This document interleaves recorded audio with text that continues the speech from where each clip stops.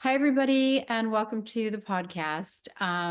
Today is an emotional podcast for myself and for my best friend, Brooke, who you may have seen on Cart Confessions on this very podcast. Usually, we are bright and sunny and laughing and always having a good time, but Brooke was just diagnosed with breast cancer, and I wanted her to explain the journey that she's been on, and it has been really, really hard. And she's going for surgery tomorrow. And we thought we'd kind of do part two after surgery. But right now, I just thought it would be really wonderful for her to share with everyone what she's been going through, because so many women are diagnosed every year with breast cancer. And it's something that was so unexpected. We didn't expect this at all. So, Brooke, let's start from the beginning. So I want you to go in kind of to detail, because there's so much. There's there's so much detail. So much. But it all really started like around Christmas of last year, 2024. Yeah. Where you noticed a lump. I noticed a lump. If you've seen my Instagram story, which you may or may not have, I was getting dressed. I felt the lump. I asked my husband to check it. He was happy to check it, of course. And he's like, nope, that has not been there. And then so I booked myself a screening at Richmond Center, because it was around Christmas time. And I was like, this is in Vancouver. Yeah, there's no way I'm getting into my doctor's office. If you know anything about like BC healthcare, like you're just not. Everything's waiting. So I was like, I'll just book my own screening, get in when I can. So I did that. I told the tech that there was like the almond sized thing there. She felt it. So go back. You felt this lump. I did. In the shower, like? No, I was actually out of the shower, and I just was getting dressed, and I did something weird with my arm, and I was like, oh, that was unusual. And it was just like this weird thing. And I was like, oh, what the hell? And then got Todd to check it. And he was like, that came out of nowhere. He was like, it came out of nowhere. What did it feel like? It literally did feel like how they described it. It almost felt like like an almond, or a rock, almost like there's like a pebble in there. If you haven't, I know there's lots of lumps and bumps in people's boobs. And because like for women who are watching, like fibrocystic, like I had that, like it's kind of like you have little, they're mushier. Yeah. Okay. This feels very like hard, like a foreign object's in there, almost like somebody did pick up like a pebble or a stone and just stick it in there. Yeah, like it's really weird. Okay, so you noticed this thing, and I remember you telling me about it, and then you went and booked yourself into a mammogram, which I think most people can do. If you want a mammogram, you can book yourself one. Then what happened? And I told the tech that it was an almond size. She said, I feel that. She goes, you're right. It's about the size of an almond. She goes, it's at 12 o'clock. Did the mammogram. 2 weeks later, I get a letter in the mail from BC Cancer, and it says, no cancer has been detected.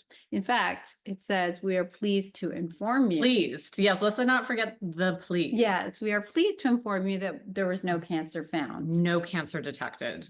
Then it went on to say to check back in 24 months. I don't even think I read that part. I think I blinked. You just see congratulations, no cancer detected. And you're like, open that frickin' wine, man. Yeah. Open the wine. Like, you're so happy. Like, you want to hear that, right? Waiting for that stupid letter, or like, you know what I mean? Well, the problem is, and this is where it all kind of started to unravel, is you think that you don't have it. I don't think I have it. Because you pointed out that you had a lump. Yeah. You point out you have a lump. Then you tell the tech you have a lump. They do the mammogram. You get the letter that says that everything is fine. Yeah. So you think it's fine. I think it's fine. It says, I read the letter. It says come back in 12 to 24 months. Yeah. And I didn't even look at that. Like, honestly, I didn't look at that part. So had you done that, so the story begins there, but there's a lot more, because you decided you were going to go and get it further looked at, because somebody that you see suggested, I wouldn't trust that. Yeah. So I suffer from like health anxiety. If you don't know what that is, we can get into that deeper in another podcast, which I do want to do, because that's another heavy topic that I think so many people suffer from, that we'll talk about. But so I talked to this anxiety doctor every 5 days, which is a lot. So he is aware of all of my like Yeah. problems, like whatever it is. Health anxiety. Health anxiety. Health like, anxiety. Yeah. yeah. So he knew about this lump. Like he was aware of this lump. And so I got on with him and I was like, oh, I'm like so happy. I'm like, he's like, what happened with the lump? And I'm like, I did the screening. They said it's fine. And I said, I got a letter that said, congratulations, no cancer detected. And he was like, okay, that's great. That's great. That's great. He's like, but did you book your breast exam? And I was like, no. I was like, no, like, why would you? no. I was like, no, I just got a mammogram. Yeah. I was like, yeah. I just got a letter from BC Cancer. I'm like, well, why do I need to go get a breast exam? Like, yeah, it doesn't make any sense. If BC Cancer tells you something. Yeah. You kind of think that like. Yeah. So if you're getting a mammogram and they tell you in the letter, we're pleased to inform you that you don't have cancer, how many women would have not gone? That would have been the end of the story. I don't know. And that is my question. I mean, since I've announced that, there's so many people have wrote me and they were like, I would have thought the same. I would have not gone back. I would not have like done more. And just as a disclaimer, we're not like dissing on mammograms and people should get mammograms. You need to get a mammogram. But the point of it is they're not always correct. They're not always correct. And the reason being for my situation, why it wasn't always correct is I have dense breasts. So I have C grade and apparently it's very difficult to detect. So anything. Density means you have more fatty tissue, more fatty tissue. So it's like hard to see if there's something like a tumor hiding in there. Mm-hmm. It's harder for them to see it. But the weird thing about it is that you showed them the lump. I did. Yeah. And I said it was not there before. So I thought maybe there would be a next step, but I think that it's on me. I think that probably is on me to book that, or because I guess I had done it a little bit backwards. I think most people probably would have gone breast exam at the doctor's office.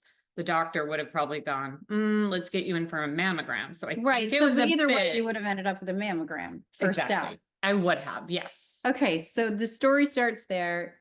Mm-hmm. She talks to her anxiety doctor, who actually was a general practitioner. Yeah, he was retired or something right now. He's just worked in hospitals for a long time. So he knows he's not just like an anxiety, like he knew about all sorts of things. Yeah. And he's just moved on to mental health. He's kind of, I guess, retired. Yeah. But he's just moved on to a different level. So he was great. And he was like, no, Brooke, you have to go in and get a breast exam. And I was like,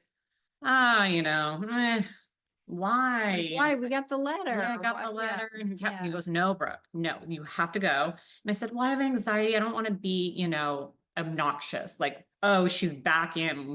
We gave her the letter saying it's good. Yeah. What are you doing here? Right. Like, and that's the thing with health anxiety too.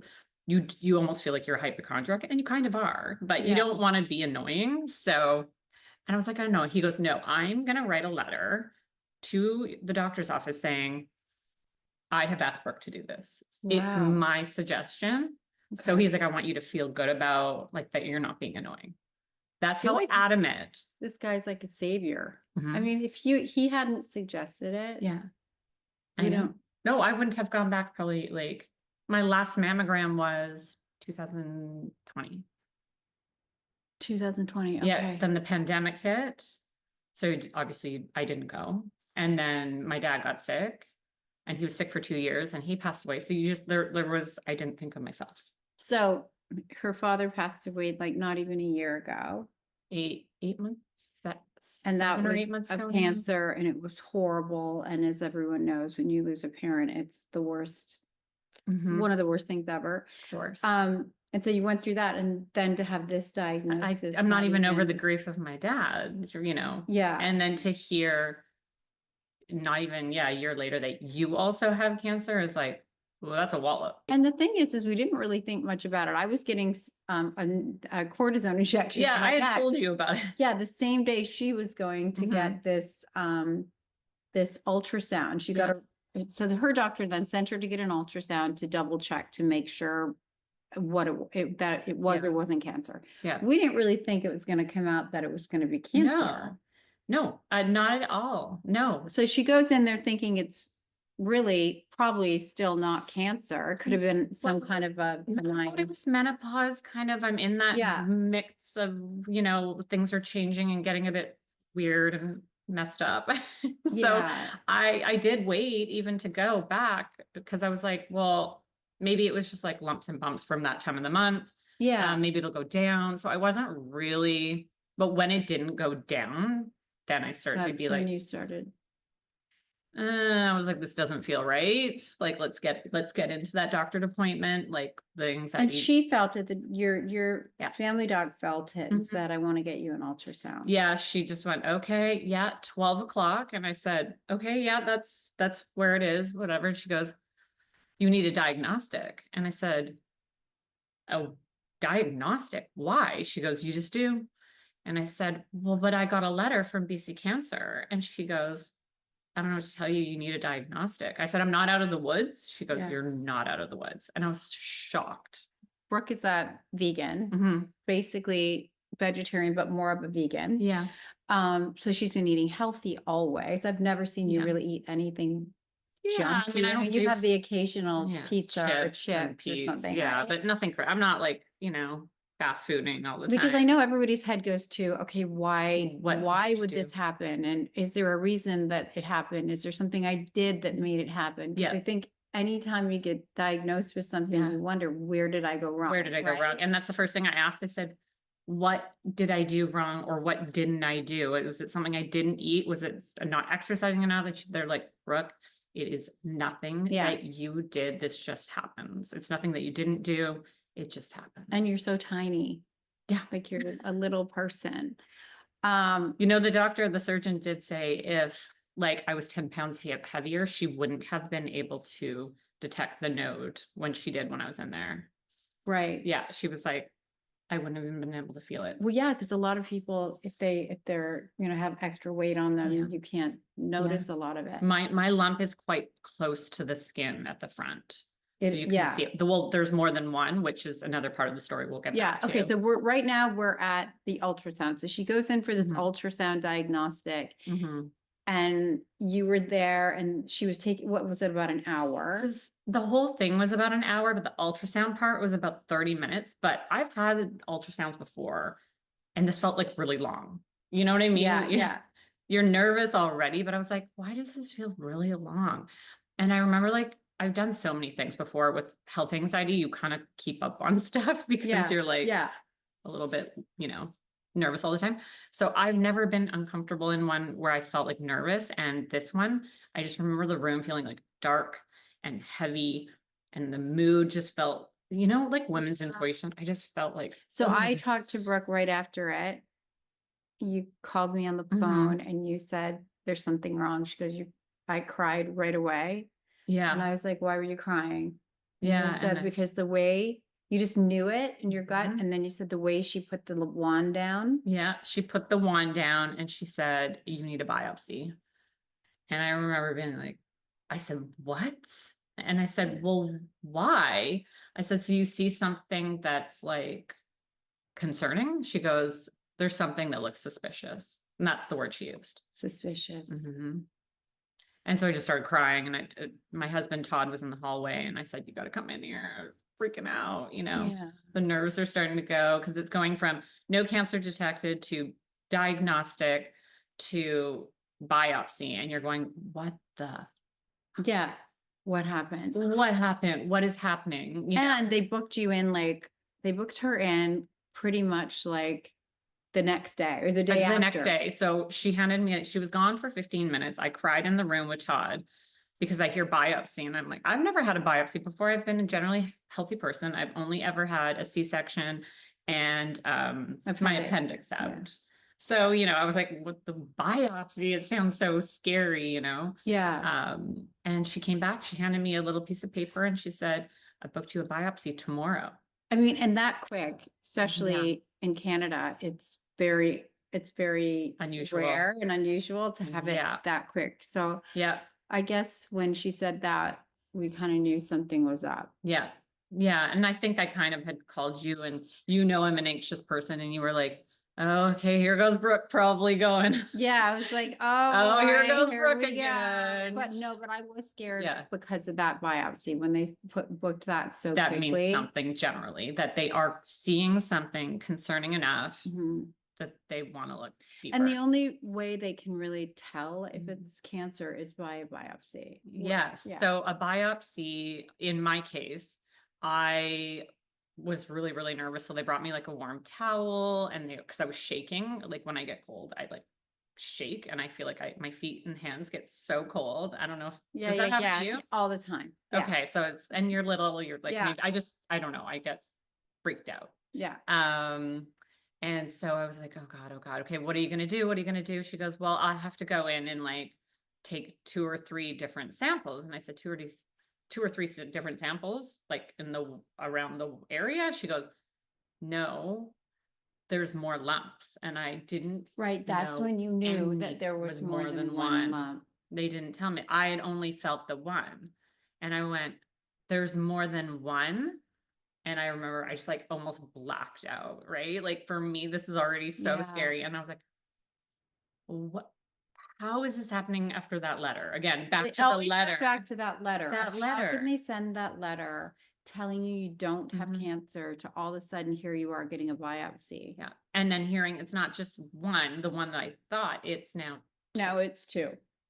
And then I was like, oh my gosh. And then she goes, but I can't, so she goes in. So I think there's 2 different ways to do the biopsy, but the one she did, it's almost like, I describe it as like a Nerf gun, the sound. So it's almost like it sounds like it's like Oh, a really loud bang. so they numb you first and They then numb you first. Yeah, they go in with the needle.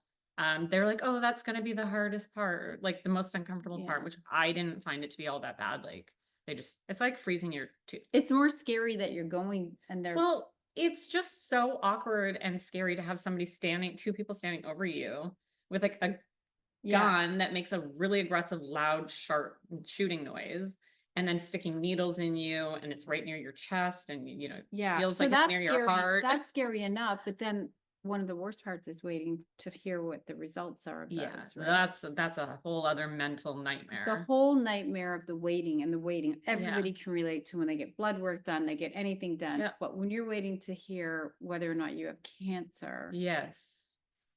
Beyond. it's beyond. Yeah, I've been essentially an absolute wreck, like shaking, miserable, like ever since It's that like day. the test, and then you wait Yeah. for 5 days, 10 days, whatever it is. Yeah. And then you wait for the phone call or you wait for, and it's just, Yeah.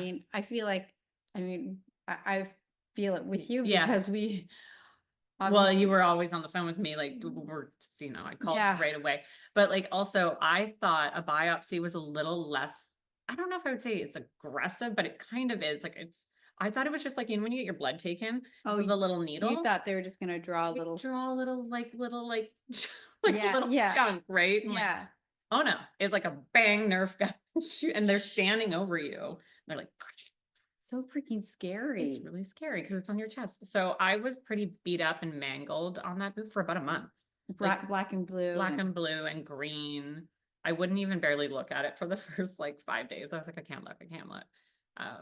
But yeah, so it's finally healed. I have like one little green spot, but that's like literally 2 months later. So in between all of this testing, Mhm. then Brooks referred to, we're all looking up who's a doctor that we'd like for her to go to and who's Yeah. the really, and then it's all the phone calls and all the research and Yeah. ChatGPT coming in handy. And Oh yeah, it we're was like, chat GPTing our lives oh away. yeah, it was like, it was so much research It knows all about me. and calling everybody we Yeah. know to just find out who's had breast cancer, who Yeah. can help us, what do we do, who do we go It was with? like a mission from morning to evening, like what is happening here. So in between my doctor, oh, we should back it up maybe to the part where the doctor told me that I had cancer. Oh God, Well, yeah. before we get to, Not that we want to back up, well, but we we don't have want to. to We back have to. that Okay, up. go for that. That's the other part. So the biopsy happens, and how long did I wait? I think it was, the worst part is it was around Hudson's birthday. Right. I literally had my biopsy 4 days, 3 days. Oh, it was the day of the earthquake.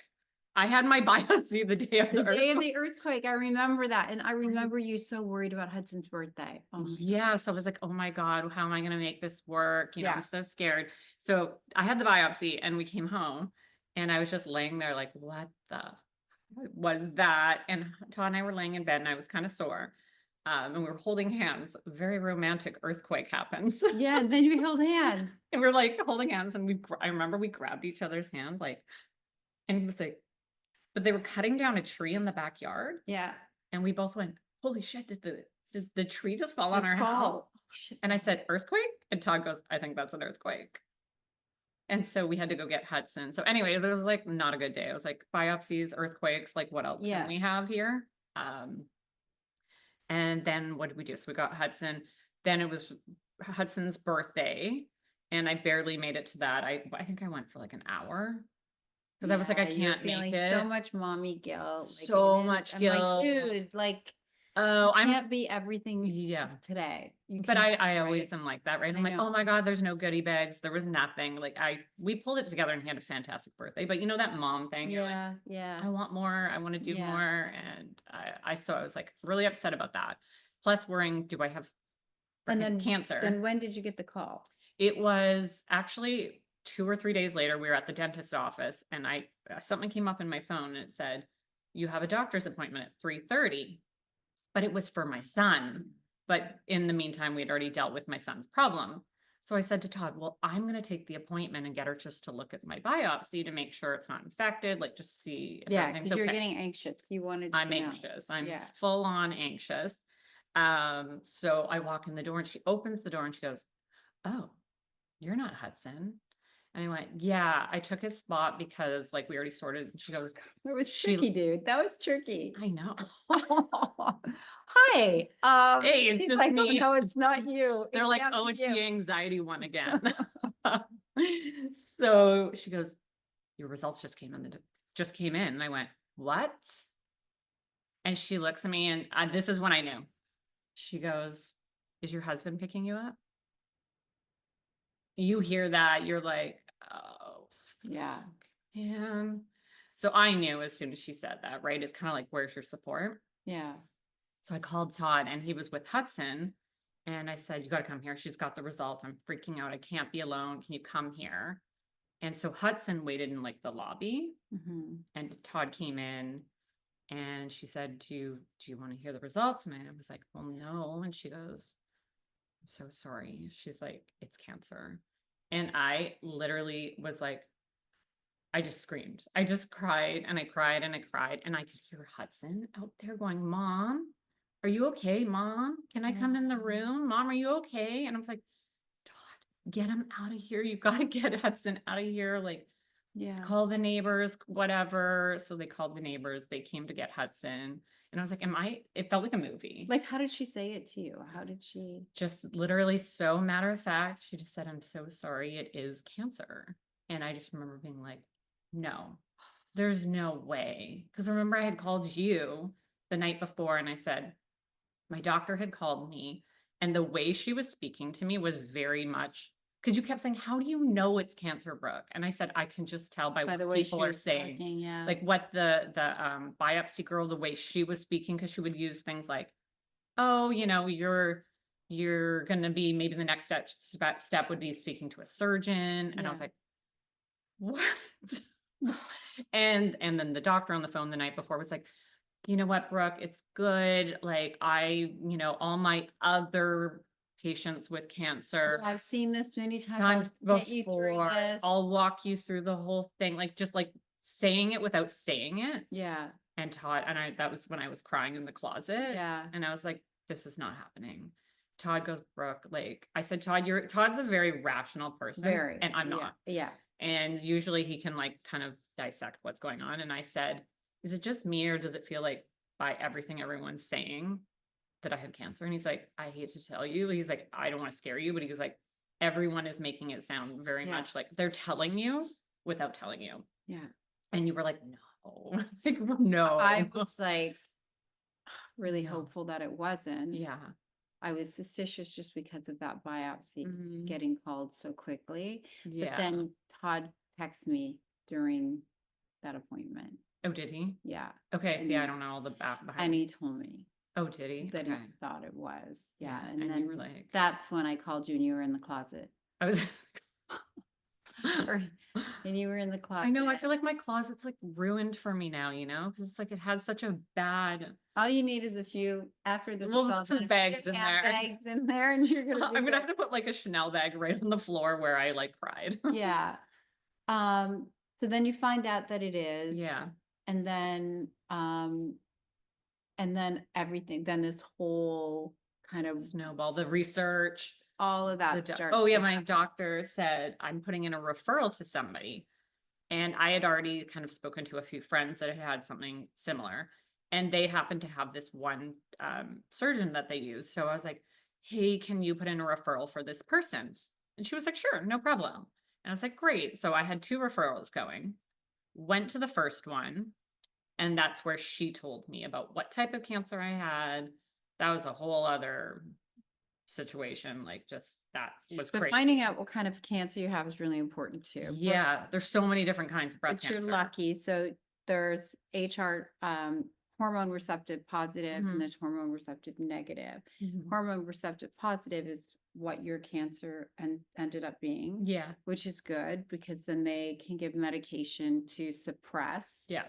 estrogen, progesterone, different hormones, so Yeah. that the cancer basically feeds off of those hormones. Which is lucky because I was about to go on estrogen. Yes, Yeah. you were about to I start was just starting the whole hormone process. therapy. Yeah. Literally, it was at the pharmacy. Yeah. And I was like, oh my God. So I did abruptly take out my IUD as well. All the doctors were like, you don't need to. But I was like, no, get it out. Yeah, I mean, I think Get it everybody out. should know when you have an IUD, they do release hormones Mhm. for uterine health. I think it's more about uterine health when you're and easier to go into menopause when you've got them. But Yeah.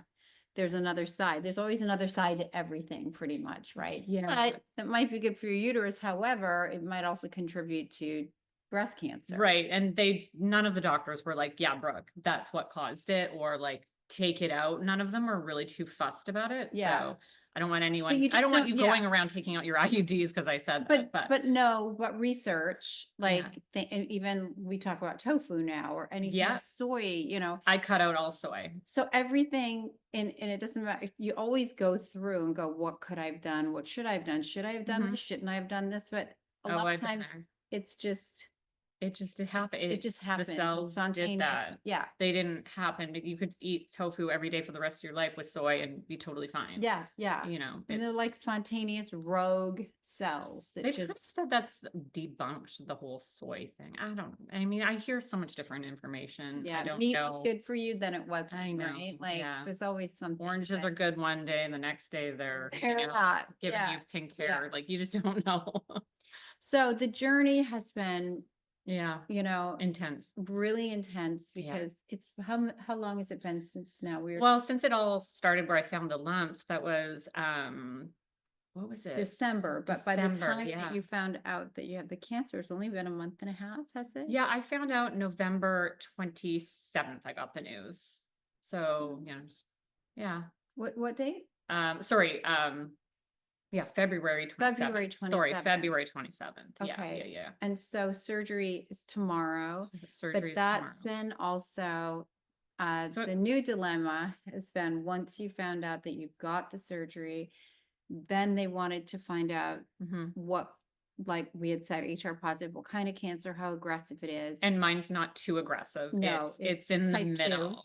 Type 2. Yeah. It's not slow, but it's not aggressive. Right. Yeah. Right. And as we said, it's HR positive, which is good. So, wow, we've got the workers coming in. We're just recording the podcast. But we have a bunch they're really taking care of me. They're like bringing in all the food and like, oh my God. We're preparing for the weeks ahead. So the bottom line at this point really is that tomorrow is your surgery. Yeah. They're going to take the whole nother conversation. Well, we can do that. Should we do that now? Or Well, we're just going to make a mention of the fact that it's been a real big decision whether she takes, the other breast is healthy. Yes, So, that's right. Okay, we forgot to touch on Yeah. the right breast. It has no detection of cancer. yeah, Nothing. so just the left, not the right. Dude. So the left breast is the one with the cancer, the right one is clear. So then the question is, do you take one one with the cancer, or do you take both? And that's been a big decision for Yeah. her. And today, she's scheduled for both tomorrow. But she's vacillating on Yeah, whether she's gonna do both. because a longer surgery to me, like a normal person would be like, "Okay, you're in there, just do both, get it over with." But I'm kind of nervous. Yeah, and I think the fear is that it's gonna come back. Everyone worries Yeah. it's gonna come back. Yep. And it will come back in the other breast if Mhm. you don't remove it. Some surgeons like yours at first was like, Just keep the feel, healthy breast. yeah. Just, yeah, They are on the side of not removing a healthy breast. They're like, you Right, don't have cancer there. right. Why would Yeah. you yeah, remove it? yeah. But there's other things You that have come into somebody play. saying bye. Oh, bye. Thank you. Uh, Come back, Mike. so yeah, so right now this has been a really major Yeah. I don't know.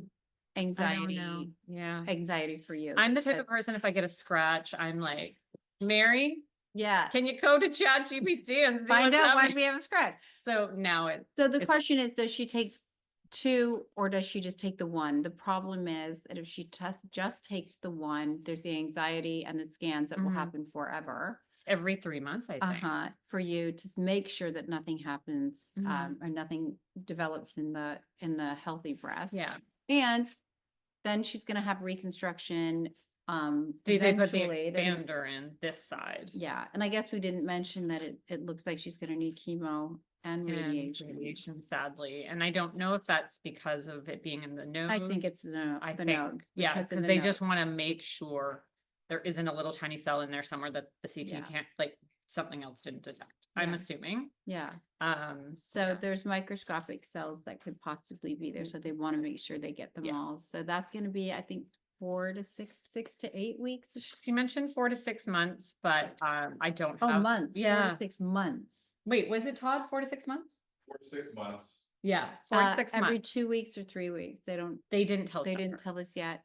And radiation. And then radiation. So she's not gonna be able to get reconstruction right away. So I can't put the implants in directly right away, which was my hope, was like, wham, bam, get it done. Like, Yeah, take it all out, put it in.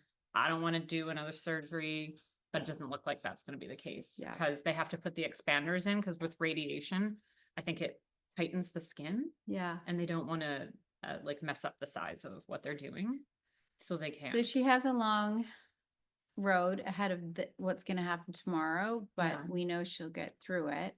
The major decision tonight is are you gonna stick Right. to the double? I'm booked for a double, by the way. So I am booked in. After I talked to my plastic surgeon, she was amazing, and she did make me, like, when you're in an office, you feel so comfortable, and they're like, Yeah. we got you, and they're showing you pictures, and they make you feel comfortable. And I was like, great, yeah, okay, yeah, that makes sense. Like, her thought on it was gonna be an uphill battle, because like Yeah, I would probably have to get another surgery because gravity's gonna win yeah. eventually. She's like, I Yeah, could do you a need lift. a lift on the one side. Yeah, she could do that at the time, but she's like, honestly, doing the lift isn't, like, doing the double mastectomy on the other side isn't that much longer than the lift.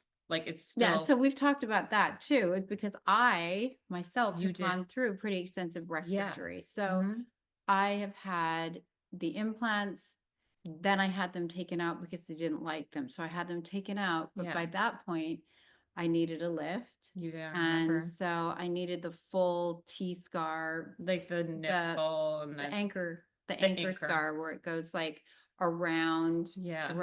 down and under. Oh, I remember you showed me, and I was Yeah, like, dude. don't show me. Yeah, so I Take had it. that done. So they said that it's not really much different than that, other Yeah, than they just they take out more tissue. away. Yeah.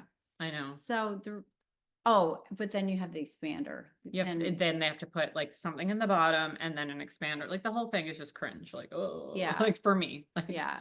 So Other she's people? deciding on what to do for that. Yeah. But we will keep you guys all yeah, updated. updated after the Mm-hmm. surgery. But we wanted to just tell her story, or Mhm. begin telling her story. We're and- probably missing some parts. but I guess, it's that cautionary, I think, that cautionary Mhm. idea of when you get your mammograms, just to know that things like this can happen. Can happen. It says right underneath like where it said congrat, or did it say congrat? No, Yeah, it please says, "We're to pleased to inform you. Yeah, then it says below it, just so you know, not all cancers are detected by screening. I think that's what it said, right? Right. Something like Yeah. that. But But I didn't read that part. But when you go in there and tell them you have a lump, you think They're that the doing their due machine diligence. and the radiologist, whoever reads it, is going to be able to tell. I And thought that they especially would yours were report that. surface. Yeah. They're more surface. You could feel it and see it almost. Yeah. Where it So was. it's Yeah. just, I think it's just important that your story be told, because women, if you really feel you have something, that's especially if you feel something, you got to go get the diagnostic ultrasound. I've had a lot of people already writing me going, oh my God, like I felt a quarter size thing and it has changed in size. But when I originally got it checked, they said, looks good. And I said, go back. Go back. Go back. Just make sure you go back. Yeah, especially if it's changed, right? Yeah. So how are you feeling right this second? Sick to my stomach. Sick to her stomach. I don't know. I don't want to do it. I wish I could just not do, you're like, no, I don't want to do that. It's almost like menopause. You're like, I'm good. I don't really want to do that. And it's like this, I don't want to do this journey of like Brooke's my best friend. It's not. So it's like you're going through it. Yeah. Oh no, we're both. Yeah, no, we're trying to be so like strong, but it's like it's like all we've ever done. No, laugh we didn't have fun. And it's like all of a sudden we're like, what the fuck? What the fuck is happening? Like, how did this happen? I don't know. Why? You had so many like crazy things happen to you in the past 3 years, and my train is picking up speed, and I'm like, oh my God, like why? Yeah. God, getting older is not for the weak. Sometimes, yeah, it's not for the weak. Like, anyway, we will come back after the surgery when she's feeling up to it and keep y'all yeah. I feel like abreast. I don't even want to say that, abreast of what's going on. I know, and I love my boobs. That's another. I love. Yeah, you have great boobs. I have great boobs. I really do. Very big for your little size. Really big. So my whole life, I've always had people being like, "What surgeon did you use?" I'm like, "I didn't use a surgeon." I know. In fact, I remember my boyfriend asked me, "Are those Brooke's real boobs?" I'm like, "Yeah, dude." I know. So whoever's been right? wondering if you've ever they are real. Yeah. Yeah, that shit is real. They're real nice. I know. And what were we joking about last night? I was like, God, like Sydney Sweeney, like she really went for it with those boobs. Like I feel like I've really missed the use your boobs train. Like I never really worked with them, right? I could have gotten planes, trains, automobiles, person.